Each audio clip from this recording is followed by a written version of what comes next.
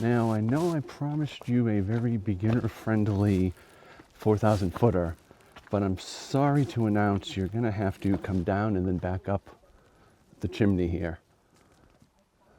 We'll make it through together, and later on I'll show you a way to get around this, at least a little.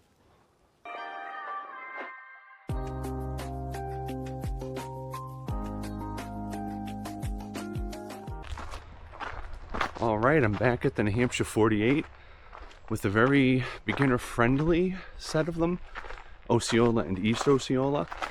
I'm at the Tripoli Road Trailhead. Well, I got here about 10:30. I had to park about 800 feet down the road. So I get a little bit of an uphill walk to start, but not too far. I can see the beginning up here. Normally it's a $5 charge to park here, but I guess since I'm this far down, that doesn't apply. I'll still throw $5 in there, but I'm not sure you need a permit if you're this far out. We're gonna take the Osceola Trail. It's about 8 miles, 9 miles, and about 2,400 feet of elevation gain. So let's get on to it and see what the hike has in store. For those who aren't so aware, the New Hampshire 48 are the 48 4,000 footers of New Hampshire. It's a hiking list that people work on. Sometimes they go through it a lot quicker than others. I've been working on mine for a few years now, but only seriously for about, this is my 3rd year. I've got 43 of the 48 done. I was going to end on a Pemi loop. I spent my whole time hiking, not touching any of those mountains, and I had a failed attempt. So after night 1 at Garfield, I hiked out. Long story, but I planned on finishing them this year, but the Lincoln Woods Trail is closed because I'm going to finish with a Pemi, gosh darn it. So that'll be a trip probably for next year that we'll tackle, but that's how I'll round out my 48. So any of these ones I've already done before, but they're just as enjoyable. These two here are probably some of the more recommended beginner ones. There's a section that you've already seen, spoiler alert, where that's not necessarily the case, but it's a small section, and I'll show you how to get through that. We'll get through that together, without event at least. So I'm going to continue hiking here, and we'll check back in shortly. So yeah, tons of trail runners. Definitely a race going on. I have to cut this thing off every 10 seconds and duck for cover. But as I was saying, the first mile's been moderate. Tons of rocks right out of the gate, which is not really what I'm used to. It hasn't been a problem, but it's just something worth noting. The other thing worth noting, as I check to see there's no one behind me, is the road in here is horrible. So 5 miles of really bad road. So just be aware if your car stinks or your tires do. At about 2 miles, you start to, it feels like we're at the height here because we're at the top of the trees. I'm not sure exactly when it starts to really open up. It might be up here, but I'm not sure. So we'll take a look, but so far, same thing, moderate going. A couple of switchbacks, which are nice, and then there's always these intersparse flat spots, which are always welcome. If you're enjoying or getting any value out of these videos, including mocking this goofy looking guy, consider giving me a subscribe so you can check out my new videos when they drop. Continuing to break through the trees here. Get sneaky little views every now and again, but nothing too dramatic yet. This spot here looks like it has potential though. I would not want to do this if it was wet. We're about a third, maybe 4/10 of a mile from the top at this point. Hence my panting. Yeah.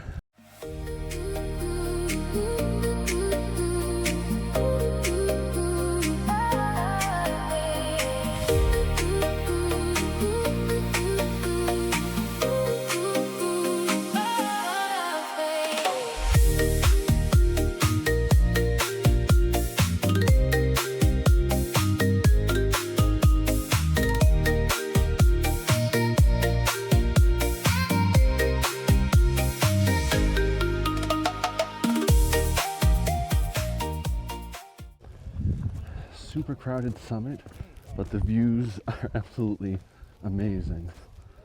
especially for the amount of work you do. This was easy to get this view.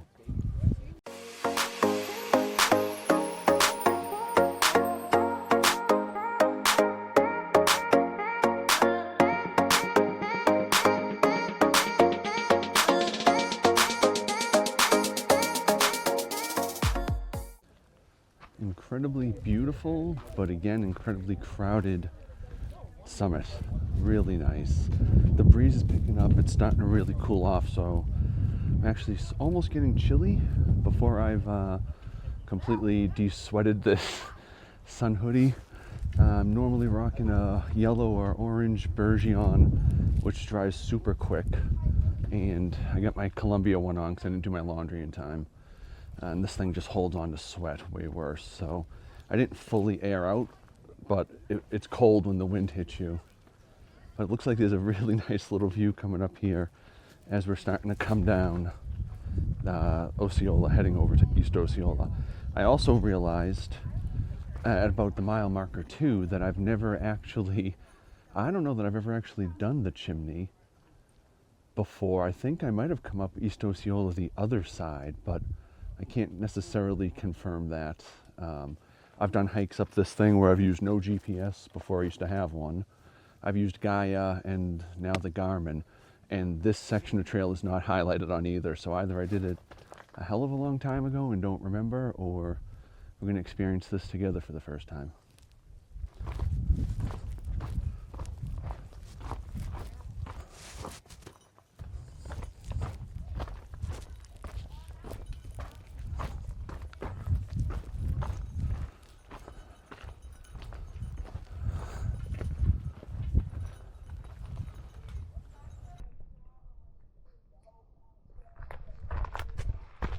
This is an interesting red colored whatever tree this is.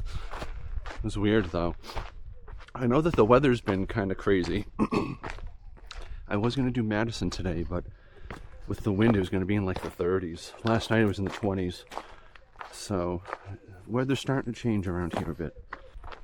I ain't gonna lie, so far this short stretch from Osceola over to East Osceola is bringing the views. I mean, being kind of surrounded by trees the entire way up, even though the summit was quite amazing. It really was. It's amazing. I think there's, is that Washington down there? I'm horrible at figuring out what mountains in which direction, but that's the biggest one and it's in the cloud, so there's 2 of your indicators.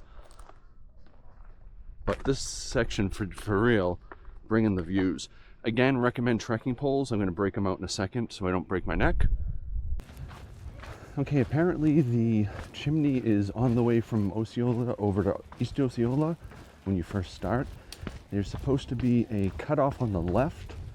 So pro-life tip, take the cutoff and make it easier on yourself going down, and then take the challenging climb on the way up.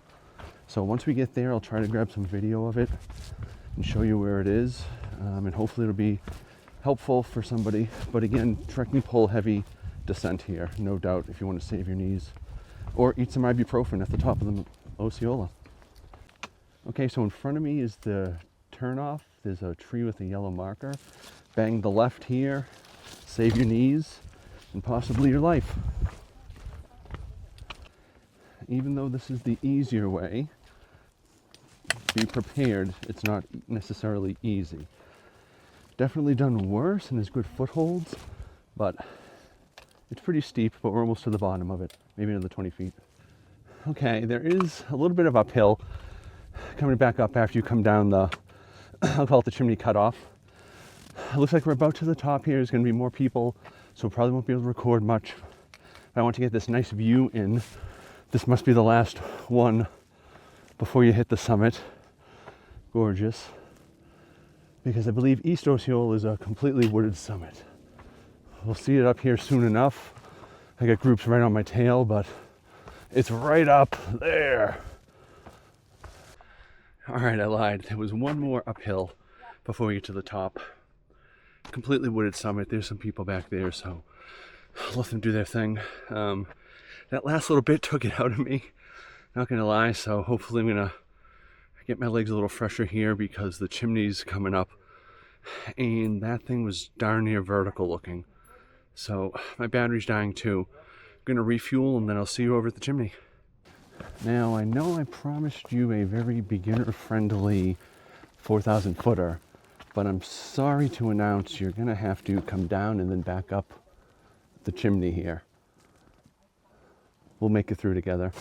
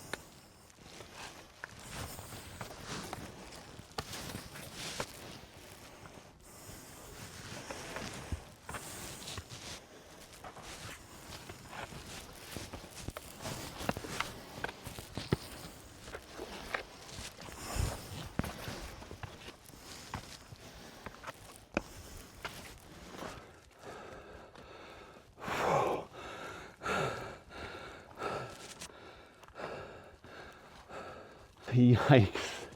Woo! That got my blood pumping.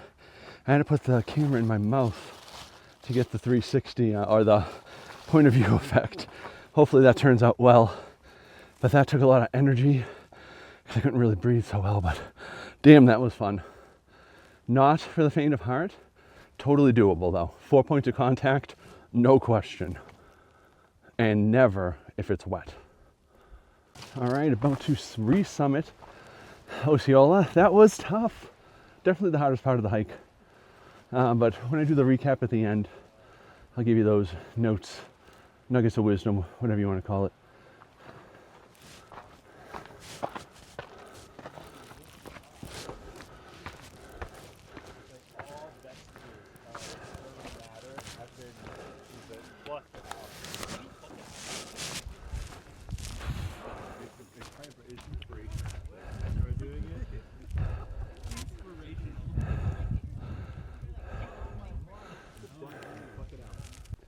This hike on the way down hasn't been too bad, but it's hard on the feet with this kind of, I'm not sure what the term is, but flat rock at such an angle for a prolonged period of time. So just further proof, you definitely want to come here when this is dry. This would be a nightmare, even though you could go low, coming through here if it were at all wet.